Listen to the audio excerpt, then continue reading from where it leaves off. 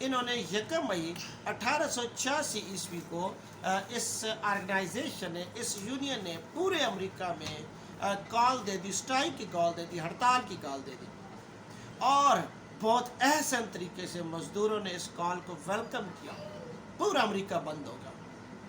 اس کے بعد پھر 2 مئی کو ایک بار پھر ہڑتال کی کال دی گئی، اور 2 مئی کو بھی پورا امریکہ بند تھا، مزدوروں نے کام کرنے سے انکار کر دیا۔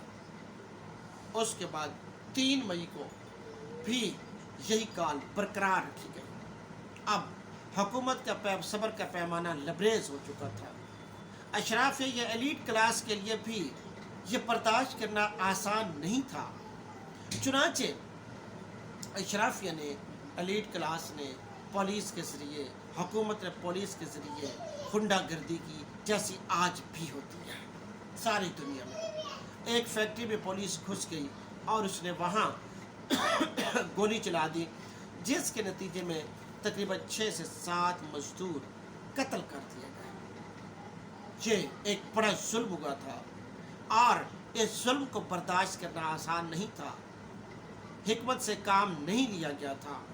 چنانچہ پورے مزدور، تمام مزدوروں نے 4 مئی کو پھر ہڑتال کی کال دی اور ایک بہت بڑے جلسے کا اعلان کر دیا، جس میں تمام بڑے جو مزدوروں کے رہنما تھے وہ آ گئے، اور 8 بجے یہ جلسہ شروع ہوا شکاگو کے اندر، امریکہ کی ریاست شکاگو میں۔ یہ 4 مئی 1886 کو یہ جلسہ شروع ہوا، اور رات 10:30 بجے تک چل رہا تھا کہ پولیس ایک بار پھر آ گئی۔ اشرافیہ کی فنڈڈ پولیس آج بھی جس طرح ہوتی ہے، اور انہوں نے باقاعدہ طور پر اعلان کر دیا کہ جلسے کو بند کیا جائے، اور جلسے کو لوگ منتشر ہو جائیں اور وہاں سے چلے جائیں۔ لیکن مزدوروں نے اور مزدور رہنماؤں نے جلسہ بند کرنے اور اس جلسے کو منتشر کرنے پر رضامندی ظاہر نہ کی۔ اسی اسرا میں کسی نے دیسی ساختہ ایک بم پھوڑ دیا، جس کے نتیجے میں ایک پولیس کا سپاہی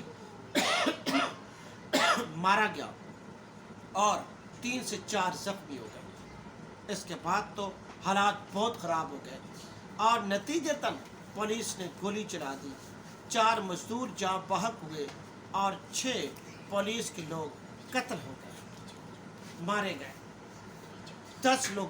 اور اب کیس عدالت میں چل پڑا۔ عدالت میں جس شخص کے پاس یہ کیس گیا تھا، اس کا نام تھا جوزف کیری۔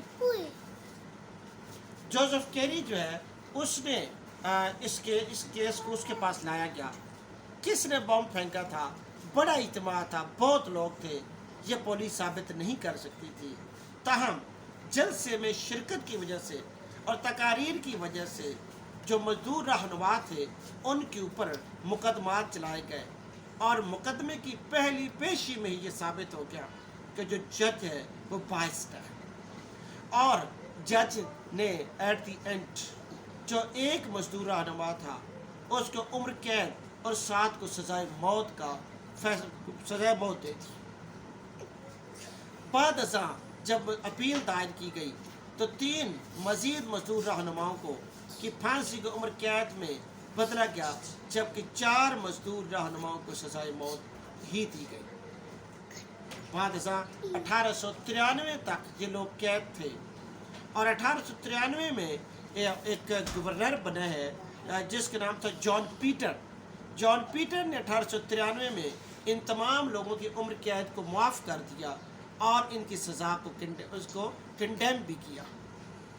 اس سے پہلے 1889 میں ایک ریمنڈ ڈیوس شخص تھا، مزدور رہنما تھا، اس کے کہنے پر 1 مئی 1886 میں جو شکاگو میں ظلم ہوا تھا، اس دن کو منانے کی تجویز دی گئی۔ چنانچہ باقاعدہ طور پر 1 مئی 1890 عیسوی سے یہ شکاگو سے یہ روایت چلی کہ ہر سال 1 مئی کو شکاگو میں ہونے والے ظلم اور جو مزدوروں کو قتل کیا گیا تھا ان کی یاد میں دن منایا جائے گا، اور تمام دنیا میں یہ دن منایا جائے گا، اور چھٹی ہوگی۔ اگرچہ سب چھٹی کرتے ہیں، مزدوروں کو آج بھی چھٹی نہیں ملتی۔ تو یوں یہ جو ہے لیبر ڈے وجود میں آیا۔ ناظرین محترم، میں نے یہاں مختصراً آپ کے سامنے لیبر ڈے کی تاریخ بیان کر دی ہے۔ مختصراً اردو زبان و ادب کے شعراء نے اس حوالے سے بہت کچھ کہا ہے، میں بہت کچھ تو نہیں بیان کر سکتا، کچھ چند چیزیں جو ہے میں آپ کے گوش گزار کروں گا۔ مثلاً اقبال کے ایک دو شعر۔ اقبال نے کہا تھا، تو قادر و عادل ہے مگر تیرے جہاں میں، تو قادر و عادل ہے مگر تیرے جہاں میں، ہے تلخ بہت بندہ مزدور کے اوقات۔ تو یہ جو اقبال ہے انہوں نے کہا تھا، جو کہ میں نے آپ کے سامنے پیش کیا، یا جس کھیت سے میسر نہ ہو دہقاں کو روزی، اس کھیت کے ارخوش ہے گندم کو جلا دو، یہ بھی اقبال نے کہا تھا۔ اقبال کے کچھ اور اشعار بھی اس حوالے سے زبان زد عام ہے، عوام اس کو جانتے ہیں۔ ایک اور شاعر جو کہ جن کا نام حبیب جالب ہے، جن سے آپ بہت اچھی طرح واقف ہیں۔ حبیب جالب نے سمجھے کہ خود بھی مزدور تھے، تو وہ مزدوروں کا دکھ اور درد بہت اچھی طرح سے جانتے تھے۔ تو حبیب جالب نے مزدوروں کے حوالے سے، ویسے طویل نظم ہے، اس میں سے میں چند مصرع یا ایک بند آپ کے سامنے آپ کے گوش گزار کر رہا ہوں۔ 18 کروڑ انسانوں، اس وقت 18 کروڑ آبادی تھی ہماری، 18 کروڑ انسانوں زندگی سے بے گانوں، یہ ملیں یہ جاگیریں کس کا خون پیتی ہیں، بیرکوں میں یہ فوجیں کس کے بل پر جیتی ہیں، کس کی محنتوں کا پھل داشتائیں کھاتی ہیں، چوپڑوں سے رونے کی کیوں صدائیں آتی ہیں، جب شباب پر آ کر کھیت لہلہاتا ہے، کس کے نین روتے ہیں کون مسکراتا ہے، کاش تم کبھی سمجھو کاش تم کبھی جانو، 18 کروڑ انسانوں، 18 کروڑ انسانوں۔ ناظرین و سامعین، میں آپ کو یہ بتاؤں کہ بعد میں جب مزدور انقلاب 1917 میں رشیا کے اندر آیا اور ایک USSR کی صورت میں مزدور انقلاب کی صورت میں حکومت بنی، تو اس کا رنگ سرخ رکھا گیا، اور اس کی وجہ یہ تھی کہ 4 مئی 1886 میں جب گولی چلائی گئی تھی، تو اس میں ایک مزدور جب اس گولی لگی، اس کا خون سے اس کی شرٹ خون سے تر بتر ہو گئی، تو اس نے اپنی شرٹ جو ہے خون میں تر بتر اس نے ایسے اچھالی تھی، وہ خونی شرٹ، وہ سرخ شرٹ جو ہے اس نے اچھالی، چنانچہ وہ جو سرخ رنگ تھا اس کے خون کا، اسی کو مزدوروں کا خون قرار دیا گیا، اور مزدوروں کا جو خون ہے آج بھی سرخ رنگ مزدوروں کی علامت ہے، اور اسی لیے آپ رشیا کے اندر پرچم یا پاکستان کے اندر ANP جو مزدوروں کی نمائندگی کرتی رہی تھی، اور وہاں بھی جو ان کا رنگ ہے وہ سرخ رنگت ہے۔ تو ناظرین محترم، میں آپ کو بتاؤں کہ اسی طرح سے میں 2-4 چیزیں اور آپ کے سامنے پیش کروں گا اردو میں، کہ زندگی جبر مسلسل کی طرح کاٹی ہے، زندگی جبر مسلسل کی طرح کاٹی ہے، جانے کس جرم کی پائی ہے سزا یاد نہیں، آؤ ایک سجدہ کریں عالم مدہوشی میں، لوگ کہتے ہیں ساغر کو خدا یاد نہیں۔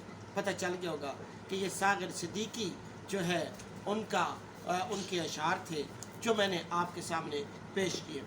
اور جیسا کہ آپ جانتے ہیں کہ فیض احمد فیض تو باقاعدہ طور پر چونکہ جو مارکسزم اس سے متاثر بھی تھے، اور ان کے ہاں تو مزدور کا جو دکھ ہے، پوری مارکس کی تحریک ہے، اس کے اندر جو مزدور کا دکھ ہے وہ بہت واضح ہو کر ہمارے سامنے آتا ہے۔ فیض کی ایک نظم ہے، اور میں آپ کو بتاؤں کہ میں نے اس نظم کا نام ہے انتصاب، میری کتاب ہے شاہکار تقاریر اور مباحثے، اس کا جو انتصاب نظم ہے فیض کی، میں نے اس کتاب کو